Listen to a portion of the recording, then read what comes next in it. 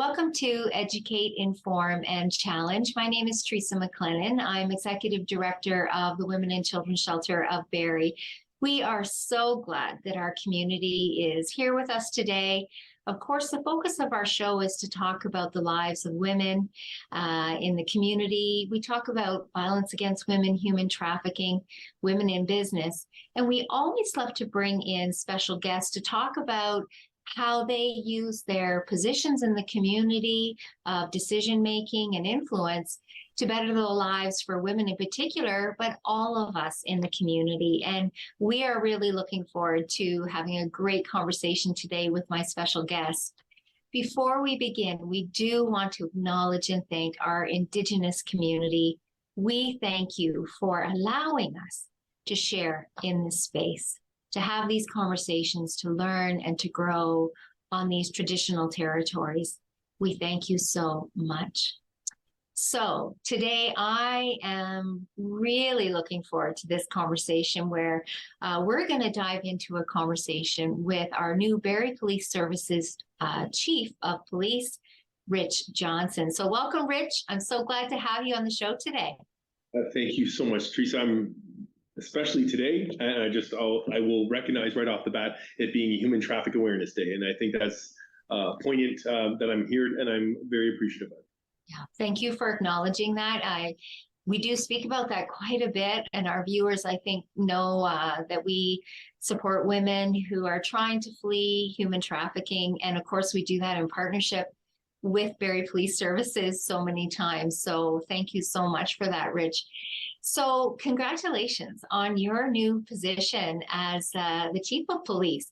That is quite an honor and quite a responsibility. And so before we sort of unpack that a little bit, can you maybe just help our viewers to know you a bit more, Rich, and tell us about what your journey has been through the different levels or positions with police services?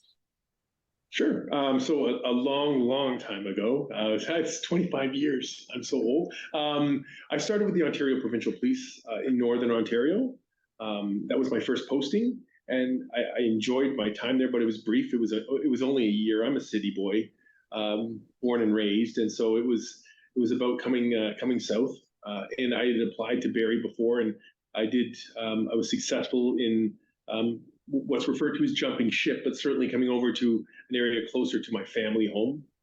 So I joined with the Barrie Police Service 24 years ago, and it's been an incredible journey for me. I started, like most officers, in uniform patrol, and that is what I always wanted to do growing up, is to be that uniform officer out in the community to help people, and it is still true today, but that was a fair part of my career. I was able to then explore other areas of policing, in particular, and there were some very fond years that I did with the Tactical Support Unit, and that was more of for those high risk incidents where there is a need for it in any community, but certainly I found it fulfilling in a number of ways. But from there, I had moved on to a host of other positions, as is common for most police officers. I'd explored areas in communications, executive services, strategic planning and research.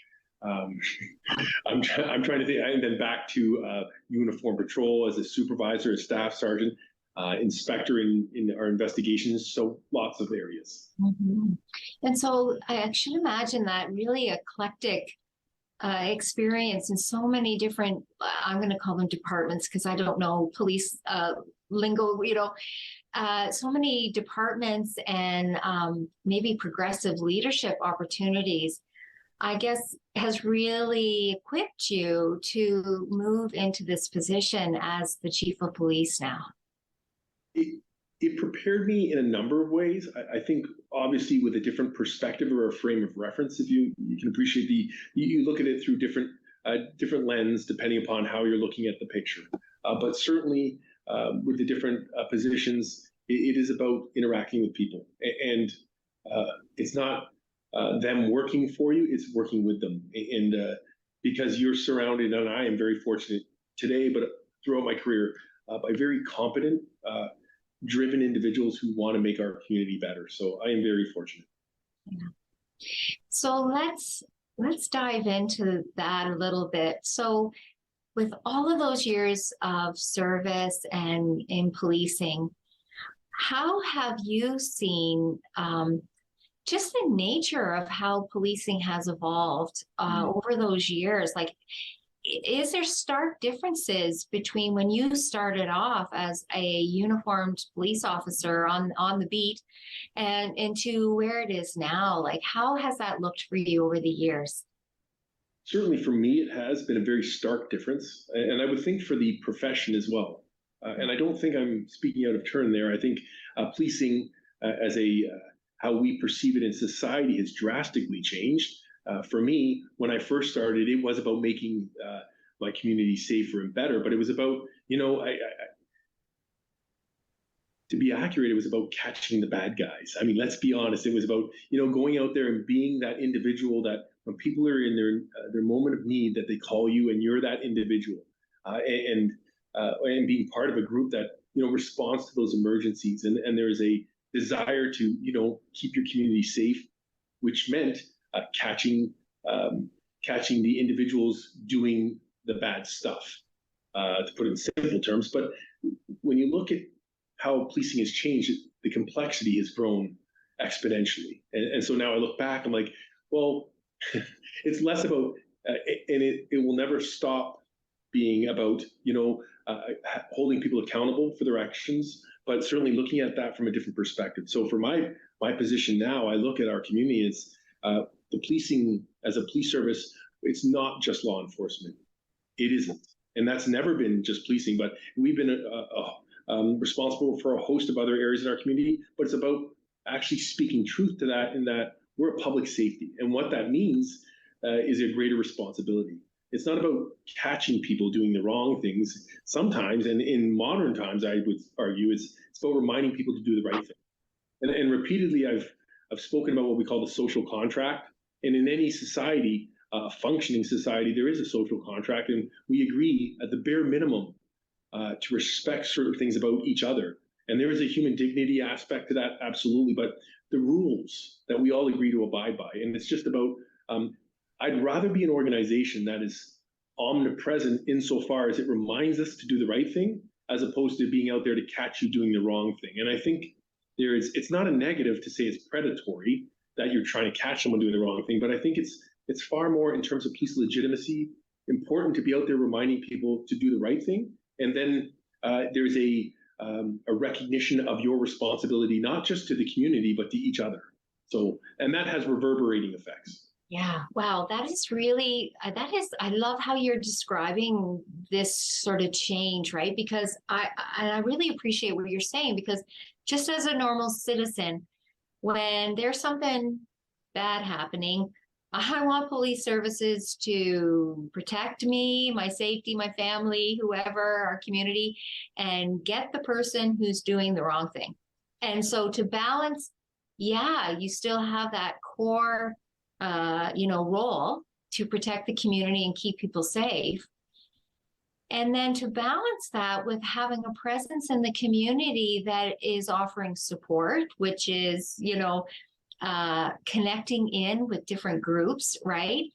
And even I think from a trauma-informed approach, recognizing people in the community who are struggling with maybe mental health needs, substance use, right? Where sometimes things can go off the rails because of those factors, but we have an underlying understanding about why people do some of the things that they do. It's a very complex, big thing to think about, the multiple ways that police services have to approach community safety and acknowledging what's happening in the community at any given time. Like that is a very big bill to fill. But I think you spoke to 2 points there that were very poignant in terms of, like we speak about mental health and we speak about addictions. And those are 2 issues in particular that have drastically changed. So way back when I started, it was, if you did something wrong, it was right or wrong. Like there's a criminal nature to it. And yes, we have it in Mental Health Act back then as well, but how we looked at it, and we talk about addictions, yeah, but if you committed the act and it was a binary type approach, right and wrong, black and white, in terms of the drugs were just, it's illegal. We look at it from a societal level now, and I think it's far more complex. And to your point exactly, to criminalize someone suffering with mental health issues, there's an issue there. We're still looking at it that, it's just the act. There's a context to that. And as well with the addictions. If we don't think this is a public health issue, then there's a real challenge as us having legitimacy as an organization. The individuals that are addicted to substances, and I don't want to assume that I can speak on their behalf, but I would think that there's no desire to have that, attachment to that substance that controls them. I don't think anyone wants that. So why are we trying to criminalize that? And I don't think we are now, but I think historically it was less of a perceptual. We just looked at it as wrong or criminal, and now it's vastly changed. Yeah. I am loving our conversation, Rich, because I just, we're very in tune in terms of, I think, our thinking about how we approach these things. And I know we're going to be heading into a commercial very shortly, but for me, I would summarize this. Like, we know that there could be a woman in our shelter who's very traumatized, and she may be addicted to substances. She may have mental health. If she's able to manage those things in her life and function, let's say, within our shelter, we don't have any problem with that. It is when any of those other factors influence action and behavior in a criminal way or in a way that negatively impacts others that we have a response to that. But if folks are able to manage those factors in their lives and carry on day to day, so let's say they have an addiction, but they still function, they don't cause any problems for anyone. It is unfortunate there has been in the past a criminalization kind of approach to that, when actually those folks aren't causing any harm, but this is the trauma-informed actions that they feel they need to take, let's say in terms of addiction, and to manage their trauma, but it's not impacting anybody else. But I think that, the historical piece has been, if you are using substances, it's illegal, you're guilty. I think it is great that all communities just really seem to be opening up the dialogue and having more discussion about it, because there's some really uncomfortable pieces for many of us that it's just really great to have the conversations. And what I'm really appreciative of is that I really do feel that Barrie Police Services in particular is really open to having those conversations and to working with community partners to learn and grow and work together in terms of how we approach that as a community. So I think this is just a great conversation, and I'm really glad that our community gets to hear it from you directly. So speaking of that, we are going to take a very, very short break. We hope you will stay with us, and we are going to be right back.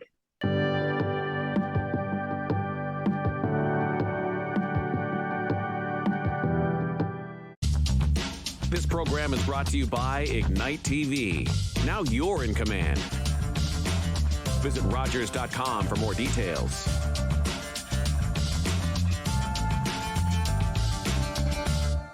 Calling all journalism students, Omni Television is once again awarding scholarships to qualified students pursuing a career in third language journalism. I would really like to thank Omni for this opportunity. And as a Brazilian student, this has been incredible for me because I have really learned so much. Omni is home to a variety of locally produced current affairs programs and daily national newscasts, broadcast in 6 languages. To learn more about Omni scholarships, visit omnitv.ca/scholarships.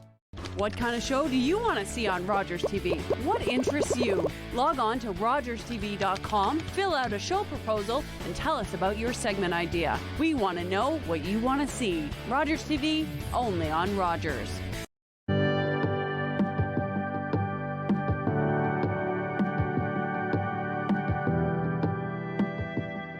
Welcome back to Educate, Inform, Challenge. We are having a great conversation with our new Barrie Police Services Chief, Rich Johnston, and, really just reflecting on how much of an honor it is for me to have this conversation with Rich and just to get to know him more and really hear about his plans and thoughts about the future for Barrie Police Services. So we're going to circle back to some of the conversation that we were having before the break. So of course, as a women's organization, Rich, you know, we support women who are fleeing abuse, involved with human trafficking, and we are, you know, as much as we can, be a barrier-free agency, which means we do support women who are involved in human trafficking, mental health needs, and might be in the throes of their substance use as well. Real wide gamut, right? So I know for myself as a woman and the women that we support here at the shelter who have an experience of violence, that community safety for women in particular is sort of at the forefront of our minds as women a lot of the time. And I would explain it this way. As a woman, if I'm going to walk through the streets of downtown Barrie at 2:00 in the morning by myself, I'm going to have a completely different fear or higher level of fear than probably men would. And as women, that's how we have to navigate and think about the things that we do with safety at the forefront in a different way than men do.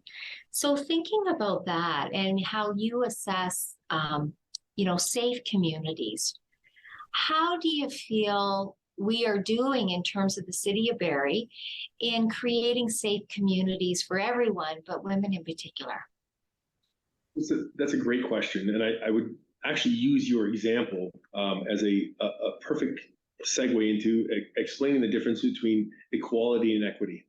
So, and that has been the traditional approach of policing, but in general, the approach is, you know, equality is historically, how do I, and by I mean the male, and in particular in Western, the Caucasian male walking down the street feel, and I will tell you if it's safe or not. How are we doing?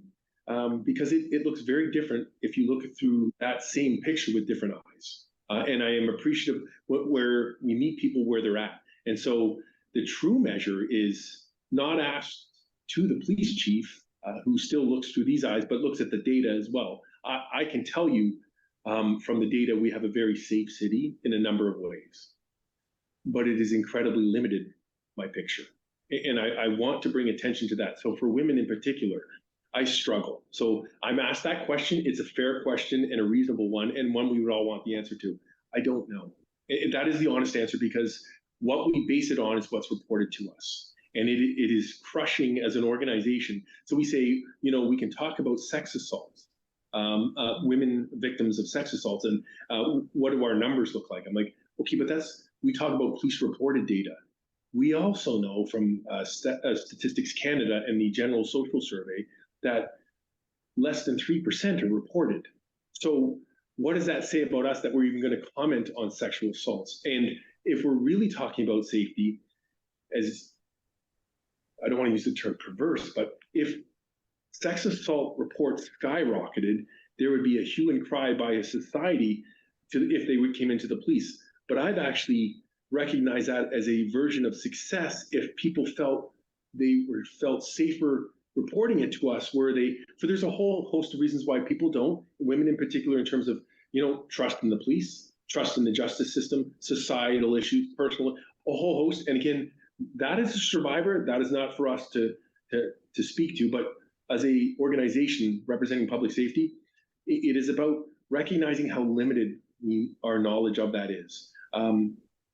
I would suggest to you, and the ask is, and this is a platform for me, and I'm going to take it. I do know that Speak Out is an app that we don't have to know if for whatever reason it has occurred. We can be far better educated, help us help our society and our community and each other. If people feel safe just going online, is anonymous. We don't need to know everything, and I understand there's a host of reasons why you don't want us to know, but please leverage that tool. Help us better understand how large an issue this is, and we know it's massive, but it's about understanding from a police perspective. So, and I apologize, that was a roundabout way of saying I'm not really sure. I don't know. No, I appreciate that. And you know what? I think actually that's refreshing because It's just really nice to hear acknowledgement that perhaps you need the voices of women in particular, as you know, from a woman's perspective and agency, to help answer the question about how safe do we feel in the community, you know. And we have done an episode on Educate, Inform, Challenge specifically about the Speak Out app.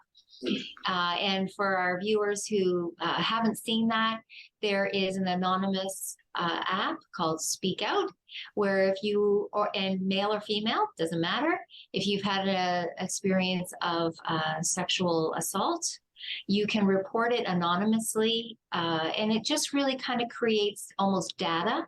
I guess I would define it for police to look at patterns. If there's areas of the city they need to look at, or, oh my goodness, there's been 5 women who've described an assailant that he looks the same.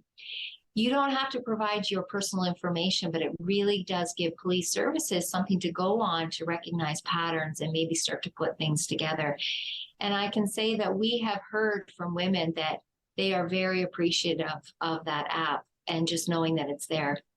So thank you for mentioning that, and you should, because it is very important, Rich, for sure. So how do we get the information about, how does Barrie Police Services get the information about what people feel is needed to create our community as a safer place, let's say? So I think part of that is it's a full organization approach in terms of how we engage our community. Certainly we do surveys, but again, you're getting a select group.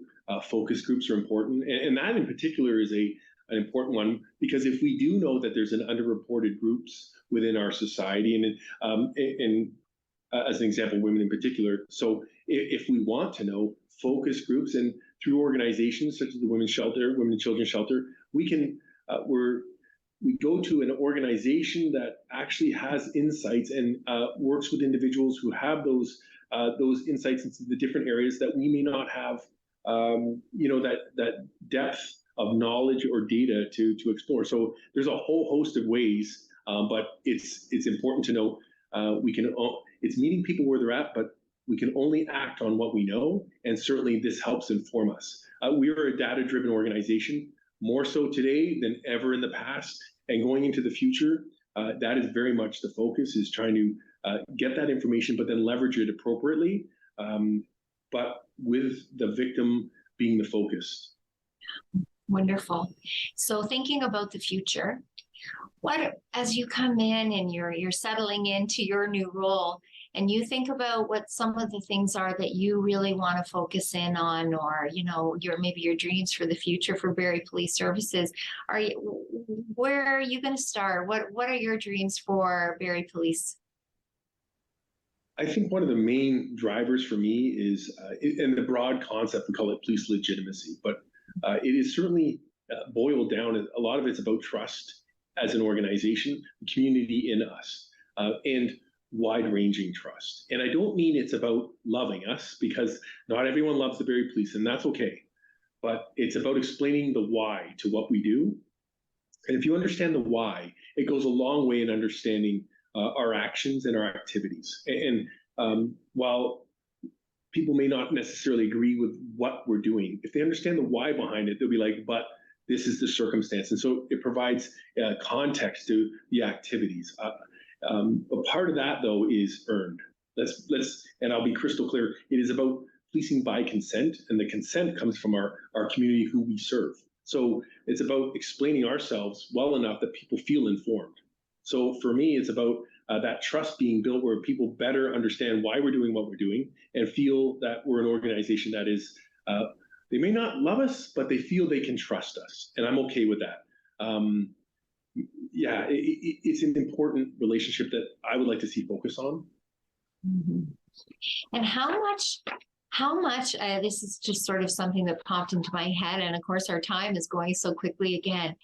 How much does social media help you, and how much does social media hurt you as police services, That is the proverbial double sword. Yeah. So the double edge, and appreciating it does both.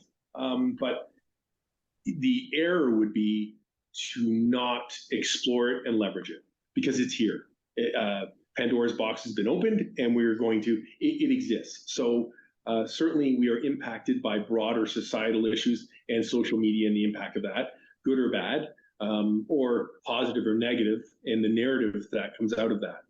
But certainly that's a call to us to explore it. And I use the term exploit, but I'm trying to leverage it in terms of a positive social outcomes for a safer community. Mm-hmm.